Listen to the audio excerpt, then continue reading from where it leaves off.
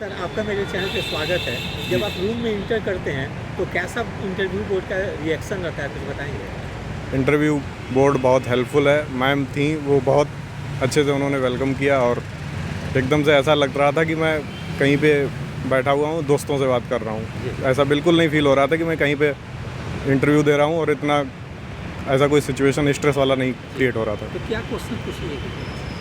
मुझसे पूछा गया था कि सरसों होती है तो उसको 1000 वर्ग मीटर में अगर हम ग्रो करना चाहते हैं तो कितना सीड रेट लगेगा। तो मैंने बोला था 500 से 600 ग्राम।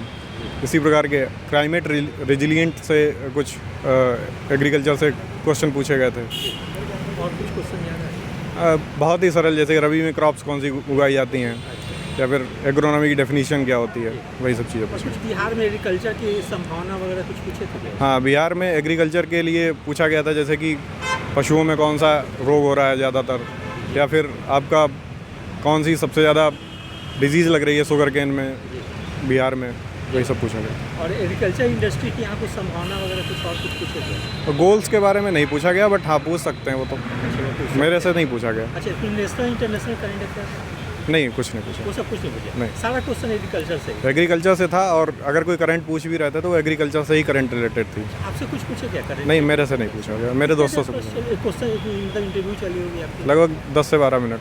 कितने प्रश्न पूछे गए? 20 से 25 प्रश्न। अच्छा, तो आपने सारे प्रश्न का जवाब दिया है? सॉरी नहीं, 85% लगभग मैंने दिया है। अच्छा, किस प्रश्न पे सॉरी बोले, कुछ बोले बताएंगे? जैसे कि क्लाइमेट रेजिलिएंट का था, तो उन्होंने मुझसे पूछा तो मैंने उसके बारे में बताया, बहुत अच्छे से बताया। बट जब उन्होंने उसके एग्जाम्पल के बारे में पूछा तो मैं उतने टाइम रिकॉल नहीं कर पा रहा था, जो कि पल मिलेट वाला था, तो फिर मुझे सॉरी बोलना पड़ा था। और कोई क्वेश्चन याद है जिसका आपको सॉरी? इसके अलावा जैसे बहुत सरल ही क्वेश्चन था, एक रबी क्रॉप्स में कौन कौन सी ग्रो की जाती हैं, तो मैंने ज़्यादा ही अपने माइंड का यूज़ कर लिया। तो उस कारण बस तो मैंने ये सोचा कि नवंबर में गेहूँ मेनली उगाया जाता है, तो मैंने सिर्फ गेहूँ का ही एग्जाम्पल दिया। बट उनका उद्देश्य था कि इस टाइम कौन कौन सी हैं, हाँ बहुत सारी क्रॉप्स बताऊँ, जो कि मुझे पता थी, लेकिन फिर मैंने बताया नहीं, तो फिर उसके बाद में उन्होंने फिर अगर सॉरी पूछा था। तो कैसा रहता है इंटरव्यू का? कोई नहीं, बहुत अच्छे, आराम से पास ऑन करते हैं वो लोग, कोई दिक्कत नहीं? कोई दिक्कत नहीं होती। अच्छा सर, इसकी आपने पीटी की तैयारी कैसे की थी, कुछ बताएंगे? कोई बुक्स वगैरह? मैंने तो नेमरा सुंडा जो सबसे बेहतरीन बुक है, और उसके बाद में मैंने IRI टॉपर्स के नोट्स को कंसीडर किया था।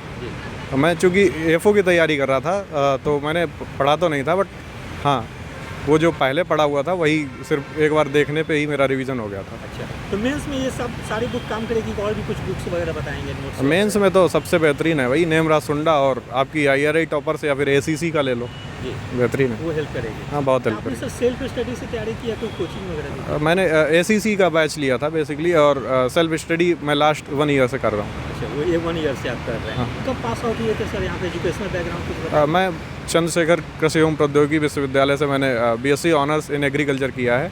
2021 में मैं पास आउट हुआ था। अभी मैं MSc कर रहा हूँ, इसके पहले मैंने B.Ed भी कर रखा है। अच्छा, कुछ पूछे कि प्रेजेंट में आप क्या कर रहे हैं, कुछ ऐसा इंटरव्यू बोर्ड में? हाँ, पूछा था उन्होंने कि आपने 2021 के बाद क्या क्या किया, तो मैंने बताया कि अभी मैं प्रेजेंट में एग्रोनॉमी फर्स्ट सेमेस्टर है मेरा, और इसके पहले मैंने B.Ed करी।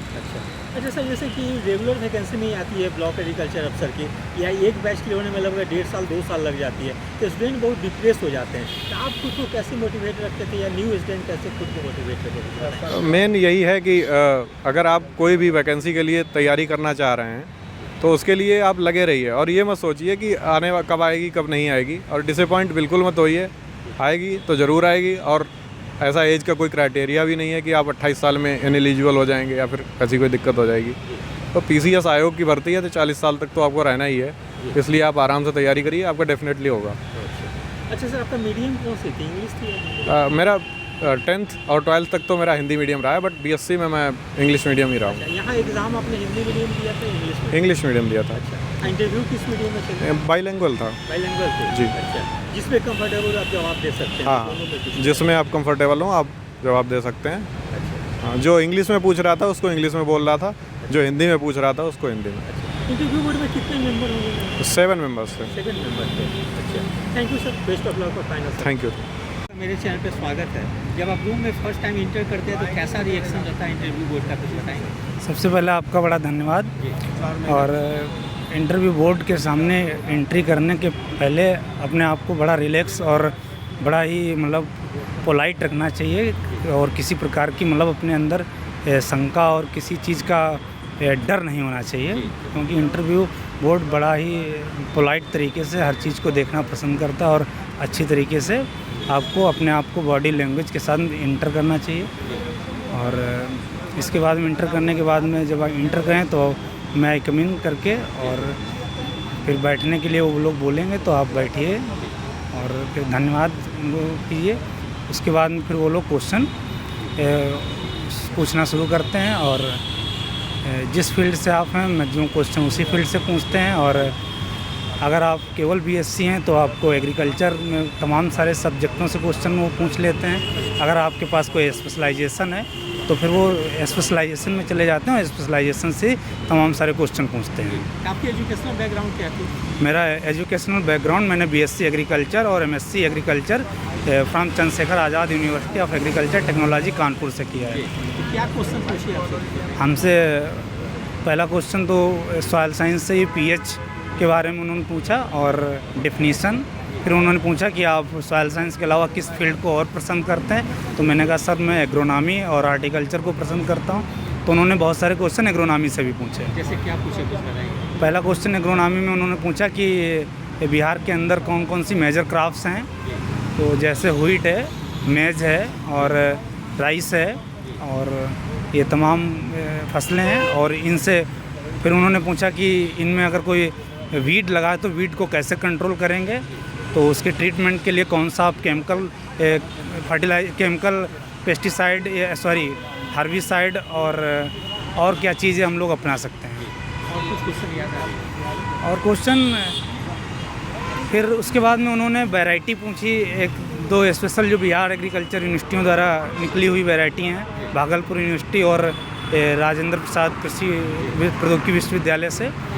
और उन्होंने एक्सीलेंस सेंटर भी पूछा उन्होंने, और लीची का जैसे मुजफ्फरपुर में है, इस तरीके से और क्वेश्चन उन्होंने पूछे। कितने क्वेश्चन पूछी गई होगी? लगभग समथिंग 10 से 15 क्वेश्चन मैक्सिमम। आपने सारे तो उसका जवाब दिया है? सॉरी नहीं, 2-3 क्वेश्चन मैंने नहीं बताया, पर बिहार के एग्रीकल्चर स्कीम जो थी, एग्रीकल्चर रोड मैप वगैरह से पूछे थे क्या? एग्रीकल्चर रोड मैप से एक क्वेश्चन था कि एग्रीकल्चर रोड मैप में बिहार सरकार जो है क्या प्रमोट करना चाह रही। तो एक तो सस्टेनेबल एग्रीकल्चर को प्रमोट कर रही है, जैविक एग्रीकल्चर के लिए, ऑर्गेनिक फार्मिंग के लिए और उन्नतशील सीड प्रोडक्शन के लिए और सॉइल वाटर कंजर्वेशन के लिए प्रमोशन दे रही है। और कुछ क्वेश्चन थे जिसका आपने सॉरी बोला? एक क्वेश्चन था उन्होंने बिहार में एग्रीकल्चर की योजना में क्या अनुदान रहता है, वो हम लोग ज़्यादा नहीं पढ़े क्योंकि हम लोग यूपी से बिलोंग करते हैं, तो उसमें दिक्कत हुई? हाँ, उसमें दिक्कत हुई। तो कैसा रिएक्शन आता है बोलते हैं जब आप सॉरी बोलते हैं? कुछ नहीं, मैं नहीं आ रहा तो मैंने कहा सर पढ़ा था, मैंने रिकॉल नहीं कर पा रहा। जी। अच्छा सर, इसकी आपने पीटी की तैयारी कैसे की थी? जो न्यू स्टूडेंट है वो कैसे तैयारी करे, कुछ बताएंगे? पीटी के लिए बेसिक रूप से जो एग्रीकल्चर की बुक आज की डेट में, जैसे अरुण कत्यान की वॉल्यूम 1 और वॉल्यूम 2 एग्रीकल्चर की हैं, इनको पढ़ना चाहिए। और एक बुक बड़ी फेमस है निमरा सुंडा, ए कॉम्पिटिटिव बुक ऑफ एग्रीकल्चर, उसको पढ़ना चाहिए। और तमाम बुकें हैं और बाकी सब्जेक्ट के कुछ आ रही है जो, और कुछ बुक का नाम बताएंगे? और एक बुक है, स्पेशलाइजेशन में चले जाएंगे तो ट्रिटाइज है, और एसआर कांतवा की एक बुक है एग्रीकल्चर कंपटीशन की, ऑब्जेक्टिव में भी है, तो ये पढ़ लेने से ये इतना सफिशिएंट रहता है। पीटी मेंस दोनों में काम करिए आप?